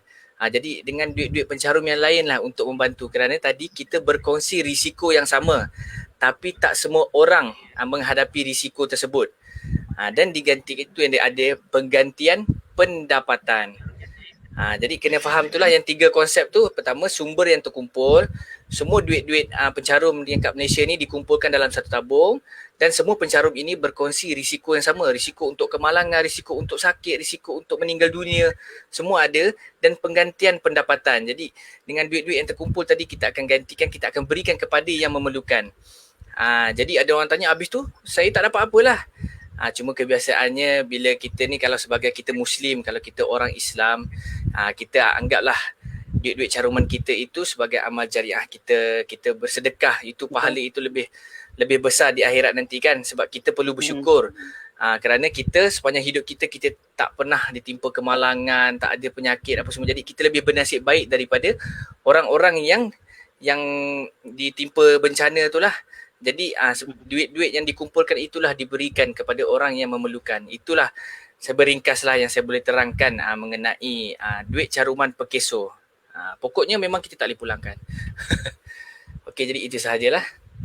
Okay, Tuan, terima kasih. Kami Jadi nak diharap kami. jadi diharapkan penjelasan daripada Tuan Hamad tu dapat menjawablah soalan daripada penonton kita itu tadi. Jadi saya nak bertanya pula soalan kepada Tuan Syarul. Soalan daripada penonton kita juga. Jadi kita cuba raikan penonton kita pada malam ini yang mana yang bertanyakan soalan, kita cuba untuk membaca ataupun meminta untuk soalan itu dijawab oleh panel-panel kita pada malam ini. Baiklah Tuan Syarul, ada soalan daripada saudara Encik Lokman Long. Soalan ini berbunyi sebegini, Tuan Syarul. Apakah saranan Tuan kepada anak-anak atau masyarakat yang menjadi mangsa, dan apa tindakan yang perlu mereka lakukan? Mohon penjelasan Tuan. Okey, bagus soalan saudara Lokman tu. Saranan kita adalah seperti mana Jabatan Kebajikan Masyarakat mengadakan program hebahan Akta Kanak-kanak 2001 pindaan 2016 kepada semua lapisan kaum, lapisan umur dan lapisan jabatan, terutama sekali di barisan-barisan ketua-ketua kampung lah. Macam saya pernah buat bahan akta terhadap dulu MPKK, lah ni JPKK. Okey, seperti mana mereka perlu alert apa benda yang berlaku dalam setiap komuniti masyarakat tu sendiri. Macam di pihak Jabatan Kebajikan Masyarakat, kami adalah sasaran kerja tahunan yang wajib dipenuhi, sebab yang tu kalau tak wajib dipenuhi, gaji pejabat awal tidak akan naik. Yang tu adalah program Sahabat Bijak, di mana Safe and Protect and Safe and Protect dipanggil. Di mana kita akan masuk ke semua sekolah yang berisiko tinggi. Di contoh tempat kawasan saya adalah sekolah-sekolah yang agak pedalaman. Sebab saya kata agak pedalaman tu, dia kawasan tu kawasan yang kurang line handphonenya tapi kuat berzinanya. Saya terpaksa open. Okey. Kes hamil luar nikah untuk statistik tahun ini di unit saya adalah remaja bawah umur bawah 18 tahun hamil luar nikah adalah 68 orang. Agak tinggilah di kawasan agak pedalaman tempat saya ni. Dan benda ni kita masuk untuk kita bagi kemudahan. Contoh saya akan panggil kalau di tempat saya akan panggil doktor, ibu dan anak.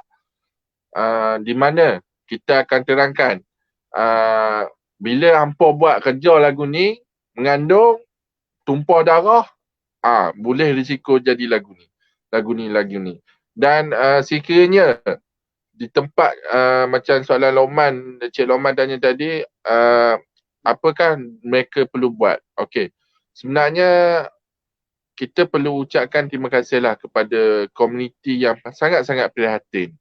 Contoh, saya terima aduan.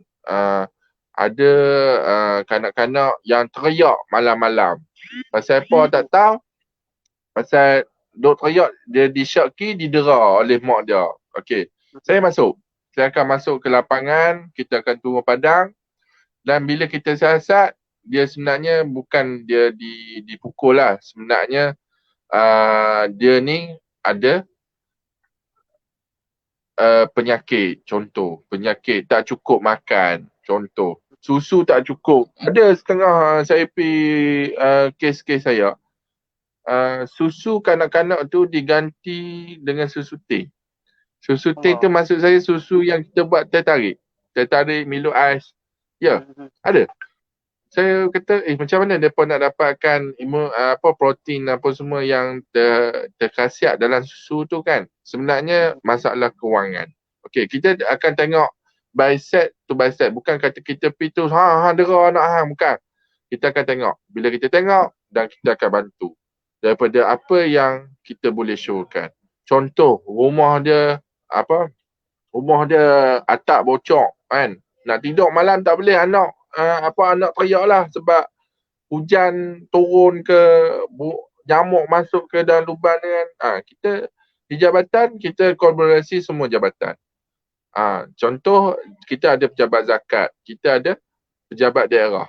Pejabat daerah dia akan menyalurkan bantuan baiki rumah. Sebanyak berapa ribu, dia akan justifikasi lah sebab mereka ada jutera mereka. Jadi, mereka akan justifikasi rumah ni berapa ribu, perlu baik pulih. Jadi, benda tu kita buat. Dan saranan saya terhadap masyarakat yang menjadi mangsa. Okey, sekarang ni menjadi mangsa adalah contoh kes keganasan rumah tangga. Kes keganasan rumah tangga ni adalah laki bini bergaduh. Contoh yang paling latest kemarin di tempat saya, mata bini dia bengkak besar ni. Dia bengkak. Saya tanya pasal apa? Dia kata dipukul oleh suami. Pasal itu tak syok lah nak nampak dalam live kan. Nanti kita pasal itu. Dan bila kita siasat memang laki dia ni adalah pendagih dadah dan suka main judi. Balik dia nak puaskan dia punya tu, lepas tu isteri tak layan, dia tibai lah isteri dia. Bila tibai isteri dia ni menyebabkan cedera parah lah di muka sebab dalam mata dia berdarah. Jadi kita akan keluarkan di pihak jabatan dipanggil EPO. Di mana di bawah Akta Keganasan Rumah Tangga, di bawah Seksyen 12, kita pegawai yang diberi kuasa boleh mengeluarkan EPO apabila dia ada kecederaan fizikal. Okey, bila jadi macam tu, kita akan keluarkan EPO. EPO ni adalah Emergency Protection Order yang disaing oleh pegawai yang digazetkan. Salah satu saya lah pegawai yang digazet. Maknanya saya bersain, laki dia ni tidak boleh hampir kepada suami isteri dia ni sejauh 12 meter. Kalau dia mai dekat, polis boleh tangkap. Macam tu. Tapi sebenarnya isu rumah tangga ni paling lama pun 3 hari lah. 3 hari confirm akan balik-balik lah. Dia akan balik-balik. Dia cerita dalam kelambu, cerita rumah tangga ni kadang-kadang ada yang membawa perceraian. Sebab tu intervensi kaunseling yang sangat-sangat diperlukan di jabatan. Macam kaunselor di tempat saya, grade 44, pegawai psikologi, dia cover 3 daerah. 3 daerah yang sangat-sangat besar. Nah, dan kes intervensi yang paling latest, kaunselor saya cakap kemarin dulu, suami tikam isteri dekat perut, menyebabkan perut dia terpaksa dijahit 3 lapis. Tak tahulah macam mana. Ditikam dengan pisau rimbo. Jadi kepada pelajar-pelajar Queen, contoh pelajar-pelajar Queen yang ada ijazah, apply lah kaunselor, kerana kaunselor di dalam masyarakat amat-amat diperlukan. Sebab kaunselor ni dia bukan kata satu tempat je dia bertugas, dia banyak. Dia lapisan masyarakat, lahirnya seorang manusia sehingga matinya seorang manusia, kaunselor kena ada. Betul cakap saya? Ke salah? Betul. Cabik. Betul tuan. Kan? Jadi untuk saranan kita, jabatan kita dah buat bahan alert, dan apabila kalau kata tuan-tuan dan puan mensyaki ada seseorang kanak-kanak didera atau menjadi mangsa, kadang-kadang kita ni kena ambil peduli, dipanggil. Hashtag kita ambil peduli. Maknanya di pihak tuan-tuan dan puan-puan sendiri boleh call talian kasih kami 24 hour dibuka, bukan saja untuk aduan-aduan terputus bekalan, aduan bantuan dan aduan-aduan ni sekali termasuk ni. Dan contoh kalau kata kita bagi aduan, selalulah saya dengar kalau bagi aduan ni takut. Takutlah Cik Syarul, saya adu, orang tu main cari saya lah, dia nak bunuh saya lah, contoh. Okey, kita ni ada Akta Rahsia Rasmi 2009 di mana maklumat-maklumat pemberi maklumat ni kita rahsiakan. Kalau kata rahsiakan, dia minta rahsiakan sampai saya sendiri pun saya tak tahu siapa punya aduan tu. Sebab nama aduan tu dalam report saya ditulis Animus. Tak tahu siapa. Jadi bekerjasama untuk, sebab masyarakat sekarang ni masyarakat yang tengah nazak. Sekarang kita dah ada kanak-kanak di generasi Z. Macam tak pelik lah, anak saya sendiri pun tak bagi phone pun dia teriak ada macam kena derah. Macam tu lah. Budak sekarang.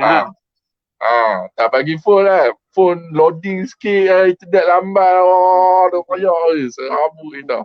Kan? Cuma yang tu lah, daripada segi alert, komiti tu sendiri dah mangsa, apabila menjadi mangsa perlu habaq. Kalau kata budak ni dia tak direct melalui jabatan, dia akan melalui ke sekolah.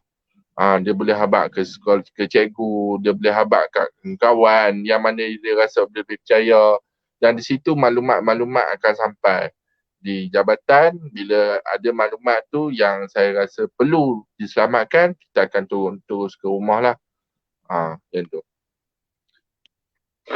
Okay, baiklah, terima kasih Tuan Syarul di atas kerana menjawab persoalan yang ditanyakan oleh penonton kita pada malam ini. Jadi untuk rumusan lah, sedikit rumusan yang boleh Tuan Ahmad berikan kepada kita semua tentang program kita pada malam ini, sebelum Tuan Ahmad mengundur diri sebab Tuan Ahmad mempunyai urusan ataupun sedikit kecemasan lah bagi beliau. Jadi Tuan, sedikit rumusan lah Tuan tentang program kita pada malam ini.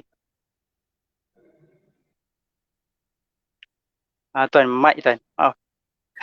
Okey, maaf terlupa. Tak apa Tuan. Okey, secara keseluruhannya program yang dianjurkan oleh pihak FAST Training and Consultancy ni adalah sangat baik. Dan platform yang disediakan ni sebenarnya sangat bergunalah untuk kita berkongsi maklumat, untuk kita educate people. Dan saya perasan pun memang FAST Consultant ni dia konsisten menganjurkan sesi macam ni, dan itu ada satu perkara yang sangat baguslah. Dan tambah lagi dia menggunakan kaunselor-kaunselor pelatih Betul. seperti Tuan Afiq sendiri menjadi moderator. Jadi pendedahan di peringkat awal ini adalah sangat bagus dan terutamanya kepada warga Kuim.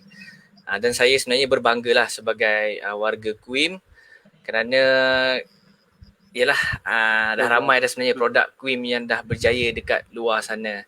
Okey, jadi itu sajalah rumusan yang saya boleh berikan pada Jadi program kita. terima kasih Tuan Ahmad, dan terima kasih juga kerana sudi meluangkan masa bersama saya dan kami semua, terutama sekali para penonton kita yang setia daripada awal sehingga dan nak penghujung program ni masih setia bersama kita. Jadi untuk Tuan Syarul pula lah sedikit rumusan tentang program kita pada malam ini sebelum kita tamatkan program kita.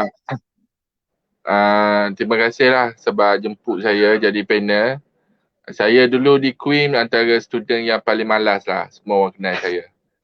Dulu. Bukan antara dulu Cik Aina lah. Antara pendengar setia saya. Saya punya masalah. Sampai sekarang, Alhamdulillah, saya datang kesedaran tu awal. Dan kepada kawan-kawan yang mengenali saya waktu Queen dulu, saya adalah seorang penjual nasi lemak di Room 6. Waktu maghrib orang kata panjang mai dulu. Saya dulu orang panggil panjang di Queen. Dan alhamdulillah produk Queen ni sangat-sangat laku di pasaran luar. Saya lebih suka kongsikan sedikit waktu saya interview jawatan penolong pegawai pembangunan masyarakat. Saya dengan ada budak Queen seorang lagi. Saya antara dia satu batch.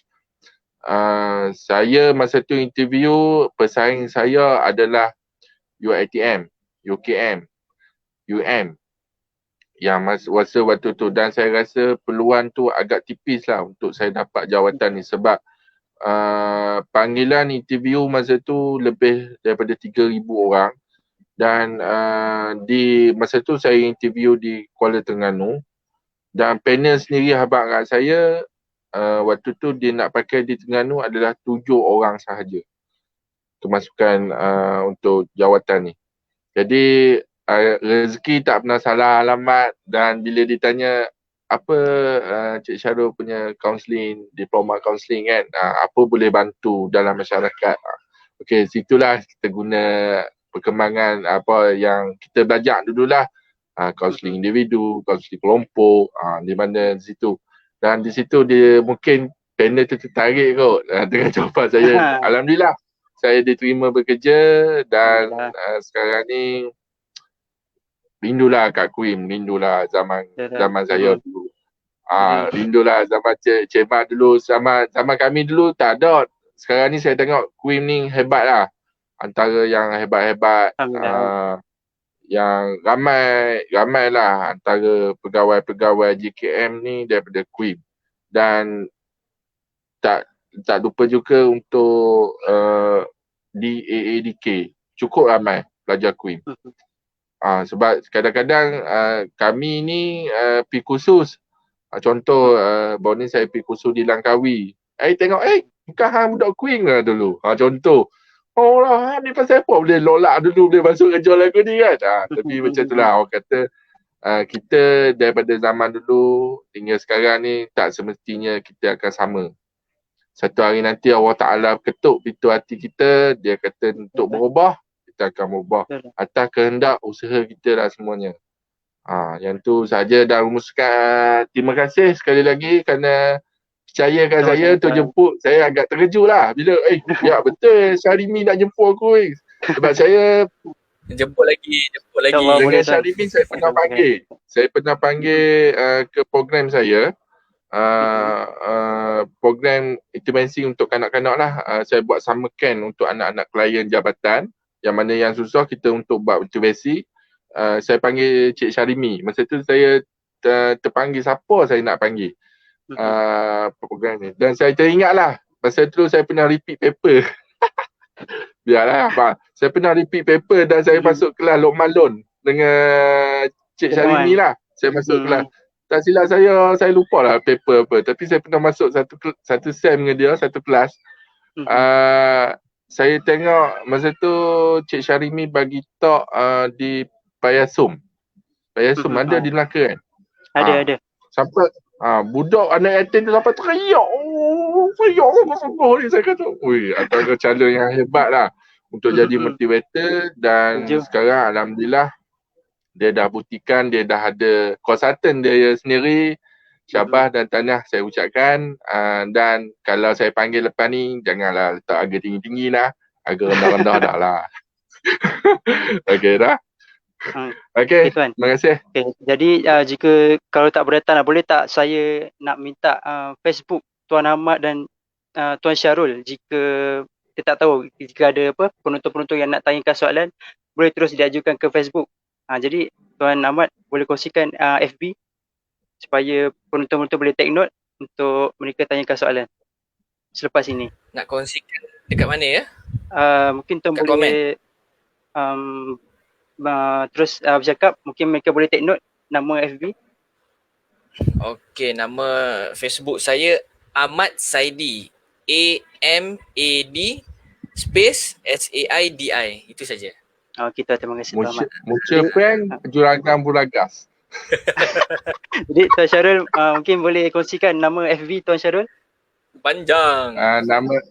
Nama FB saya Awang Ganu. Okay, Awang Ganu. Jadi penonton-penonton take note nama-nama FB panel-panel hebat kita pada malam ini supaya mana tahu nanti ada soalan yang nak diajukan boleh FB terus. Saya kurang sikit kongsi bab kerja. Jadi saya lebih kepada membaca saja sebab kerja saya kerja privacy. Kerja yang orang kata perlukan keselamatan. Jadi saya jarang update kecuali saya pergi mesyuarat, saya pergi kursus je saya update bab-bab kerja ni. Kalau bab-bab saya selamatkan kanak-kanak ni memang saya takkan update lah dalam FB saya. Tapi kalau kata nak direct boleh PM. Kalau kata dapat interview ke nak bagi tips lah, insyaAllah boleh tolong kawan. Okay, jadi itulah. Jadi penonton-penonton semua minta take note tulis nama FB panel kita pada malam ini. Jadi dengan berakhirnya rumusan yang telah diberikan oleh Tuan Ahmad dan Tuan Syarul Anwar berkaitan dengan program kita pada malam ini, JKM versus Perkeso, intervensi satu solusi. Jadi banyaklah input-input yang kami dapat, penonton-penonton dapat yang sebenarnya sebelum ni kita tak tahu pun apa itu kepentingan Perkeso, fungsi JKM kepada masyarakat. Jadi bagusnya program ini, kita dapat di akhir program kita dapat tahu apa sebenarnya fungsi peranan yang Perkeso lakukan dan juga JKM kepada masyarakat-masyarakat di luar sana. Jadi saya nak ucapkan terima kasih kepada penonton-penonton FB Live yang setia bersama kita dari awal program sehingga ke akhir program. Berikan tepukan kepada diri sendiri dan terima kasih juga saya ucapkan kepada Tuan Ahmad dan Tuan Syarul kerana sudi mengorbankan masa rehat dikira sebab malam kan biasa malam rehat. Jadi terima kasihlah saya ucapkan kepada Tuan Ahmad dan Tuan Syarul. Segala yang buruk tu datang daripada diri saya sendiri, yang baik tu datang daripada Allah SWT. Saya akhiri majlis kita dengan wabillahi taufiq wal hidayah. Wassalamualaikum warahmatullahi wabarakatuh. Terima kasih. Terima kasih Tuan. Boleh balik kan? Boleh balik.